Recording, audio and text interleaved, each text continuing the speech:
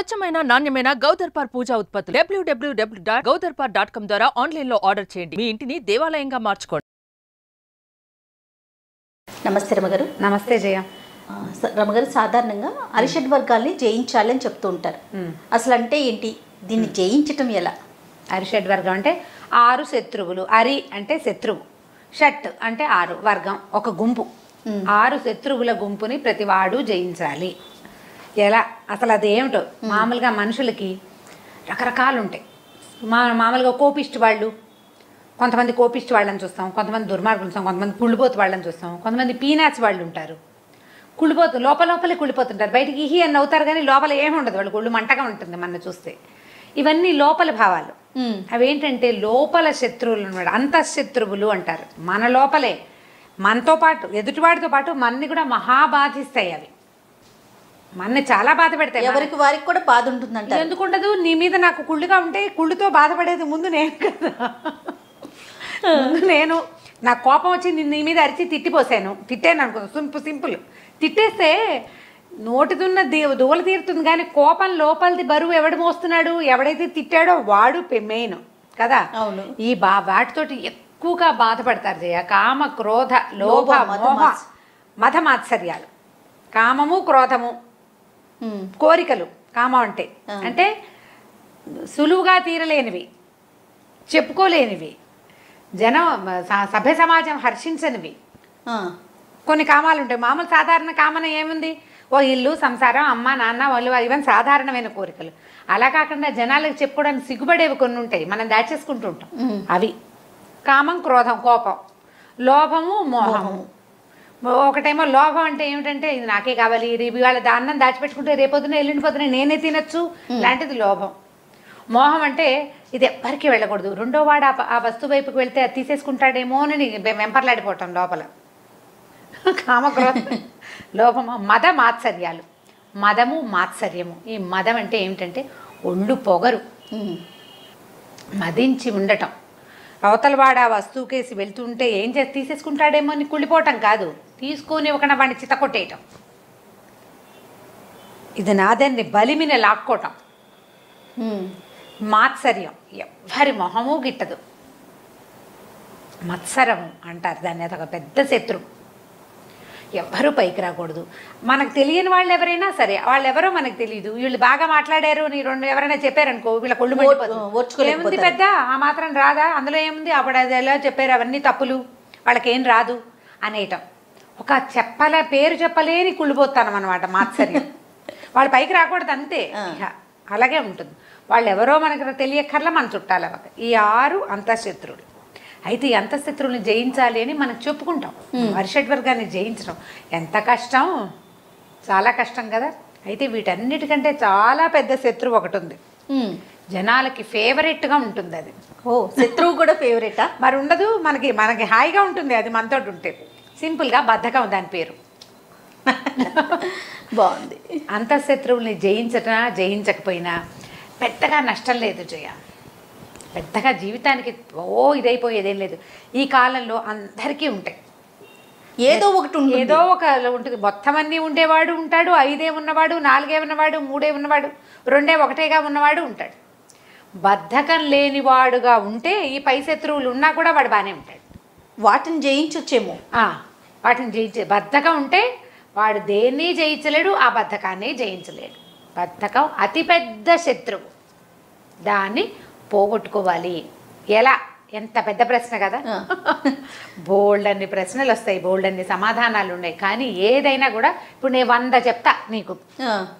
పొద్దున్నే నేను కాదు లేచేది, ఎవరు లేవాలి? ఎదుటివారికి చెప్తున్నారు. బద్ధకం ఎవరికో వాళ్ళు. ఎంత కష్టం పొద్దున్నే లేవడం, చాలా కష్టం. పొద్దున్నే లేవడం కష్టం, వాకింగ్కి వెళ్ళటం కష్టం, యోగాభ్యాసం చేయటం కష్టం, ప్రాణాయామం చేయటం కష్టం, ఇన్ టైం పని చేయటం కష్టం, అన్నీ కష్టమే. ఇప్పుడు ఎవరైనా నీకు చెబుతారు కానీ అది చెయ్యరు. అది చేయవలసింది ఎవరు? ఎవడికి బద్ధకమో వాడు చెయ్యాలి. నేను బద్ధకాన్ని పోగొట్టుకోవాలంటే నేను చేయాలి. నేను వింటే చాలదు. వినటేముంది, నేను బోల్డని సలహాలు చెప్తా. ఏవి మ్యాజికల్ రెమెడీస్ ఉండవు జీవితంలో, దేనికి మ్యాజికల్ రెమెడీ ఉండదు. ఏ రెమెడీ అయినా మనం పాటించాలి. అలారం పెట్టుకుని 6 o'clockకి ఈజీ మెథడ్ నేను చెప్పే ఇది వరకు మన దాంట్లోనే. ఎలాగా? ఫోన్లో అలారం పెట్టుకో, ఫోన్ మంచం పక్కన పెట్టుకోదు. ఫోన్లో అలారం పెట్టుకున్నాం అనుకో, అలా నిద్రలో అసంకల్పిత ప్రతికార చర్యలాగా ఇలా వెళ్తుంది, దాన్ని ఆఫ్ చేస్తాం అని ఎలాగోలాగా పడుకుంటాం. మళ్ళీ మోగుతుంది, మళ్ళీ గుయ్యి ఉంటుంది, మళ్ళీ అంటారు, మళ్ళీ ఒక 5 నిమిషాలకు గుయ్యి ఉంటుంది. ఎంతమందికి అనుభవం చూడిది. చివరికి ఎట్లా కొట్లా కళ్ళు పెకిలించుకుని తీసి దీన్ని ఏం చేయాలో ఒకటి అట్లా లాగి శాంతం డిలీట్ చేసేస్తాం, అమ్మయ్యా అని పడుకుని ఇంకో 2-3 గంటలు నిద్రపోతాం. పొద్దున్నే అలారం మోగింది ఆఫ్ చేసి పడుకున్నా ఇహి అని చెప్తారు. సిగ్గుపడరు పాపం. సిగ్గుపడాలంటే బద్ధకం పోగొట్టుకోవాలి. దీన్ని సిగ్గుపడితే లాభం లేదు. ఇహి అనేస్తే సరిపోతుంది. ఇట్లా మానేస్తారు. చెప్పడానికి ఏముంది? బద్ధకం పోగొట్టుకోవటం ఎలాగ బోల్డ్ చిట్కాలు చెప్తాం కదా. అందుకని ఫోన్ని హాల్లో పెట్టుకోండి. హాల్ దాకా వెళ్ళాలంటే ఏం చేయాలి? మంచం మీద నుంచి లేచి, ఈ గదిలో నుంచి లేచి, లేదా నేల మీద నుంచి కింద పడుకున్న వాడే లేచి అవతల అక్కడెక్కడో ఉన్న ఫోన్ని ఆపాలి. లేకపోతే అది గుయ్యం గుయ్యం గుయ్యం అంటూనే ఉంటుంది. కాబట్టి వెళ్ళి దూరంగా పెట్టుకోండి. అది బద్ధకాన్ని జయించేందుకు మొదటి చిట్కా. నేను హాల్లో పెట్టుకున్నా కూడా హాల్లోకి వెళ్ళి కూడా ఆపి వచ్చి పడుకుంటాను ఒక్కొక్కరోజు. ఈ సమాధానం ఎంతమంది చెప్తారు చూడండి. నేను ఇలాగే చేస్తా. హాల్లో ఉంది నా ఫోను, నేను అక్కడికి వెళ్ళి ఆపేసి ఈ లోపల ఇంట్లో 2-3 లేచి ఎప్పుడు అలారం పెడతావు, నీతో చస్తున్నాము, నువ్వు లేవు, మేము చేస్తున్నావు, మా నిద్ర పాడైపోతుంది అని మిగిలిన వాళ్ళతో అష్టోత్తర శతనామావళి చేయించుకుని అప్పుడు ఫోన్ ఆపేసి మళ్ళీ పడుకుంటారు ఇంకో 2 అవర్స్. అందుకని ఏం చేయాలంటే ఈజీ మెథడ్. ఆ ఫోను చేతికందేలాగా పెట్టద్దు, బీరువా మీద పెట్టండి. బీరువా మీద పెడితే బీరువా మీదకి వెళ్ళి చేయి పెట్టి అందుకోవాలా, నిద్రపోతుంది. అప్పుడు ఎక్కువ దూరం నడవటం వల్ల నిద్రపోతుంది. ఇదొక మెథడ్. గుంజీలు తీయండి, ఈజీ మెథడు. ఎవరు తీస్తారు? గుంజీలు తీయలేమండి, మాకు ఒళ్ళొంగదంటారు. గుంజీలు తీయడానికి కూడా ఒక ఈజీ మెథడ్ ఉంది. కుర్చీ వెనకాల నుంచోండి, లేదా సోఫా వెనకాల నుంచోండి. ఆ సోఫా మీద చేతులేసి చెవులు పుచ్చుకుని దిగద్దు. సోఫా మీద చేతులేసి కింద కూర్చోడానికి ట్రై చేయండి.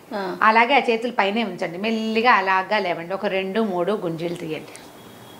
బద్ధకం పోతుందండి? తగ్గుతుంది. పోతుంది. ఎట్లా పోగొట్టుకోవాలి మీరు?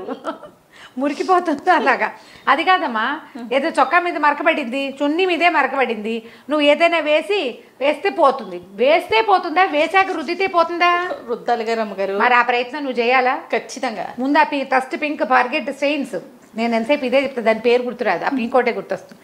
ఆ డబ్బా తేవాలి, ఆ డబ్బా అందుబాటులో పెట్టాలి, ఈ వస్తువు తీసుకోవాలి, ఇది దాని మీద వేయాలి, కాసేపు రుద్దాలి, ఓ పక్కన పెట్టాలి, పోయిందో లేదో చూడాలి. నేను చెయ్యొద్దు, అప్పుడు కదా పోయేది. వ్యానిష్ని ఇంట్లో పెట్టుకుంటే మరకలు పోతాయా? పోవే, పని చేస్తేనే పోతాయి. దీనికి కూడా అంతే. ఇంకొకటి చెప్దాం. ఈ మంచం మీద పడుకుంటారా, ఈ మామూలుగా ఒళ్ళు విరుచుకునే అలవాటు ఉంటుంది చాలామందికి. పిల్లల్లో బద్ధకం తగ్గించేందుకు కూడా ఇది పనికొస్తుంది. ఒళ్ళు విరుచుకోవడం ఏం చేస్తారు? ఈ సోఫాలు ఎక్కడైనా వచ్చిన చోటు కూర్చుంటారు, ఇలా ఒళ్ళు విరిచి చేతులు పైకెత్తేస్తూ ఉంటారు. గమనించండి. పెద్దవాళ్ళు ఏం చెప్తారు? ఒళ్ళు విరుచుకుంటే దరిద్రం, ఒళ్ళు విరుచుకోకూడదు అంటారు. ఒళ్ళు విరుచుకుంటే దరిద్రం కాదమ్మా. ఎవరైనా మన ఎదురుగుండా ఉన్నవాళ్ళు మన శరీరం కేసి చూస్తారు. అసహ్యంగా ఉంటుంది, అవమానకరంగా ఉంటుంది. ఏదైనా చీరలో కట్టుకున్న వాళ్ళు చేతులు 2 గాల్లోకి ఎత్తి ఒళ్ళు విరుచుకుంటే శరీరం అంతా రోడ్డు మీదే ఉంటుంది సింపుల్గా. అందుకని ఏం చేయాలి? ఒళ్ళు విరుచుకోకూడదు. ఇలానే ఎలాగో ఇలా తీస్తారు కదా. ఈ ఒళ్ళు విరుచుకునే ప్రక్రియని మంచం మీదకి పరిమితం చేయండి, బద్ధకం తగ్గుతుంది. మహేష్ చాలా శ్రద్ధగా వింటున్నాడు. అది ఇదే చేయాలి. మంచం మీద పడుకుని నిద్ర మెలకు వస్తుందా? మెలకు రాగానే 2 చేతులు వెనక్కి చాచండి. ఎట్లా? ఇలా పట్టుకుని ఇట్లా వెనక్కి చాచడం, పాదాలు ముందుకు చాచండి. అంటే పాదాలు చేతులు సాగదీస్తామన్నమాట. శరీరాన్ని గట్టిగా సాగదీయటం, సాగదీసి వదిలిపెట్టండి. 3 టైమ్స్ చేయండి. ఒంట్లోకి శక్తి వచ్చినట్టు ఉంటుంది. ట్రై చేసి చూడండి. బద్ధకస్తులైన పిల్లలకి మంచం మీదే ఒళ్ళు విరుచుకో, దిగాక కాదు, మంచం మీదే ఒళ్ళు విరుచుకోవాలి. మళ్ళీ ఒకసారి చూడండి. 2 చేతులు కలపండి. నిద్రలో లేవగానే 2 చేతులు మన తల మీద నుంచి పైకి వెళ్ళిపోవాలన్నమాట. పైకి పొడుగ్గా చాచండి మంచం మీదే. అంటే మంచం మీద మనం పడుకున్న పోస్చర్లో సాగుతాయి. పాదాలు ముందుకు చాచండి. పాదాల దగ్గర నుంచి పైన వేళ్ల దాకా మొత్తం సాగదీయండి. ఒక ఉక్కు తీగని సాగదీసినట్టు, స్ప్రింగ్ని సాగదీసినట్టు. సాగదీసిన స్ప్రింగ్ని టక్కిన వదిలేవనుకో, ధన్మని ఎగిరి వెళ్ళి అక్కడ పడుతుంది. అవునా కాదా? అట్లాగే శరీరంలోకి ఎనర్జీ వస్తుంది. రక్తం చకచకా ప్రసరిస్తుంది. యాక్టివ్గా అవుతారు. బద్ధకం తగ్గుతుంది. ఇది మీరు రాత్రిపూట పడుకున్నప్పుడు చేస్తే నిద్ర పట్టదు. అప్పుడు చేయాలి, లేచాక చేయాలి. ఒక 3 సార్లు చేయండి, కొంత బద్ధకం తీరుతుంది. ఫోన్ని దూరంగా పెట్టుకోండి. లేవగానే 2-3 పనులు చకచకా చేయండి. దుప్పటి మడత పెట్టడం, పక్క సరిగ్గా లాగటం, ఫ్యాన్ ఆపేయటం లైన్లో చేయాలి. ఇది మీరు కావాలంటే ఒక వైట్ బోర్డు మీద రాసి పెట్టుకోండి లిస్ట్గా. ఈ లైన్ గనక ఒకసారి బుద్ధికి అలవడిస్తే ఆటోమేటిక్గా సెట్ అవుతుంది, క్రమంగా తగ్గుతుంది బద్ధకం. మొదట ఈ శత్రువుని జయించండి. బద్ధకం తగ్గటం ఎట్లా అంటే మీరు నడవాలి, పరిగెత్తాలి, పని చేస్తేనే బద్ధకం తగ్గుతుంది. ఏదైనా సరే గోడ మీద డూ ఇట్ నౌ అని రాసి పెట్టుకోండి. ఏ పనిని వాయిదా వేయబోకండి. ఇది ఒక ప్రాక్టీస్గా ఒక 20 రోజులు 21 రోజులు చేస్తే బలవంతంగా తర్వాత కొన్ని పనులకైనా మనకి కొంత శరీరం సహకరిస్తుంది, కొంచెం అలవాటు అవుతుంది. ఇప్పుడు ఇన్ టైం 10ంటికి బ్రేక్ఫాస్టు లేదా 10ంటికి ఇంకోటి ఏదో ఆఫీస్ పని, 11ంటికి ఇదేని రాసి పెట్టుకోండి. మీరు బద్ధకం పోగొట్టుకోదలుచుకుంటే చిట్కా ఇది, లేకపోతే చేసేదేం లేదు. ఈ టైంలో ఫోన్ చూడకూడదు, పొద్దుటి పూట నో ఫోన్ ఇలా పెట్టుకోండి. అసలు సాధారణంగా కూడా పొద్దున్న నిద్ర లేవగానే లేదా రాత్రి పడుకోవడానికి అరగంట ముందే స్క్రీన్ ఆపేసుకోవాలి. టీవీ అయినా ఫోన్ అయినా. టీవీ ఆపేసి డైరెక్ట్గా వెళ్ళి మంచం మీద పడుకోవద్దు. టీవీకి మంచానికి కొంచెం ఒక అరగంట గ్యాప్ ఇవ్వాలి. ఫోన్కి కూడా ఫోన్ పెట్టేశాక 2-3 పనులు చేసుకోండి. రేపటి వేసుకోవాల్సిన బట్టలు ఏంటో ఓసారి అల్మర్ తెరిచి చూసుకోండి. ఏదైనా పుస్తకాలు చిన్న పొన్న సవరణ, వంటింట్లో సర్దుళ్ళు ఆడవాళ్ళు అయితే ఆ పనులు చేయండి. మంచం మీద కూర్చుంటూ ఫోన్ పక్క పెట్టి మంచం ఎక్కబోకండి.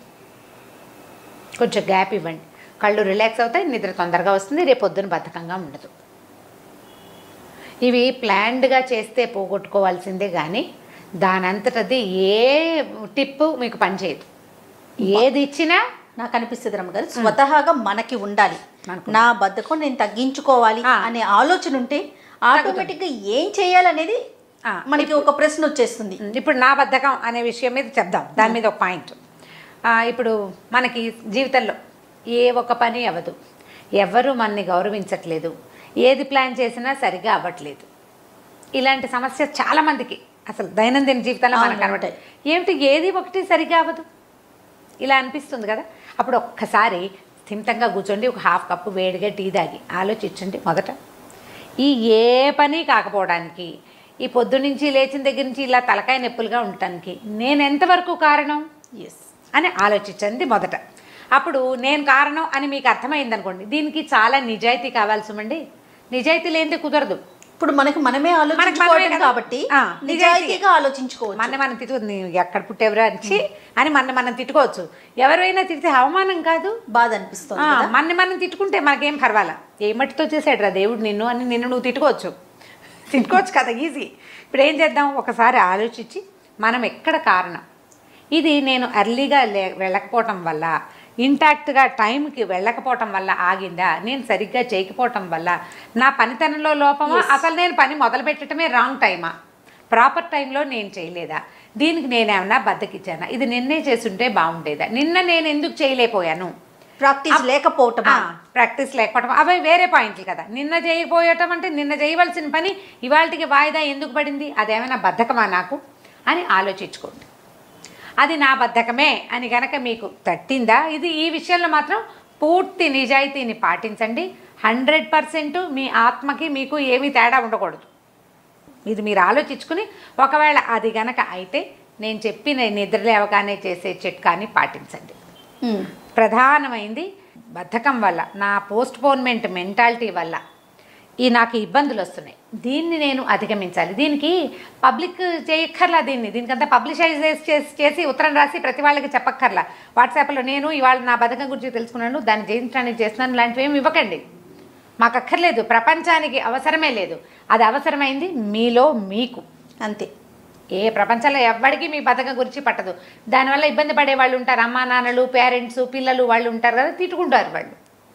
వాళ్ళకి చెప్పద్దు. మీలో మీరు మెల్లిగా సర్దుబాటు చేసుకోండి. మీకు 100% బద్ధకం ఉంటే దాన్ని 90కి, ఆ తర్వాత 80, 100% ఒకేసారి మీరు ఎలాగో తగ్గించుకోలేరు, మీ వల్ల కాదు. ఓ రోజు చేసినా రెండో రోజు చేయలేరు. అందుకని మెల్లిగా ఆ శాతాన్ని కుదించుకుంటూ రండి. ఆటోమేటిక్గా మనం చెప్పకపోయినా మన ఫ్యామిలీ మెంబర్స్ తెలిసిపోతుంది, ఇందులో వీళ్ళు బద్ధకం తగ్గించుకున్నారు, కొంచెం ముందుకు వెళ్తున్నారు అనే విషయం అర్థమవుతుంది కదా. ఇప్పుడు దీంట్లో మీరు విద్యార్థులైనా కొత్తగా ఉద్యోగంలో చేరిన వాళ్ళైనా కొత్తగా పెళ్లి చేసుకున్న వాళ్ళైనా ఈ బద్ధకం వల్ల చాలా ఎక్కువ ఇబ్బందులు పడతారు. ఆఫీసుల్లో ఎక్కడైనా మంచి కీలకమైన పోస్టులో ఉన్నవాళ్ళు, project leaders, project managers, production మేనేజర్లు, వీళ్ళకి బద్ధకాలు ఉండకూడదు. ఏదో ఒక రకంగా ఈ దశలకి చేరుకున్న వాళ్ళు ఈ బద్ధకం వల్ల బాధపడుతుంటే దాన్ని కట్ ఆఫ్ చేసుకోండి, కట్ చార్ట్ చేయండి. ఆఫ్ మన వల్ల తొందరగా కాదు, ఆఫ్ చేయలేము అసలు దాన్ని మనం. ఎందుకంటే సంవత్సరాల తరబడి పేరుకుపోయింది అది. దాన్ని నిదానంగా కట్ చేసుకుంటూ రండి. దీనికి ప్రయత్నం చేయాల్సిందే కానీ ఇంకో రకంగా ఈ శత్రువుని మీరు పోగొట్టుకోలేరు, మీరు జయించలేరు.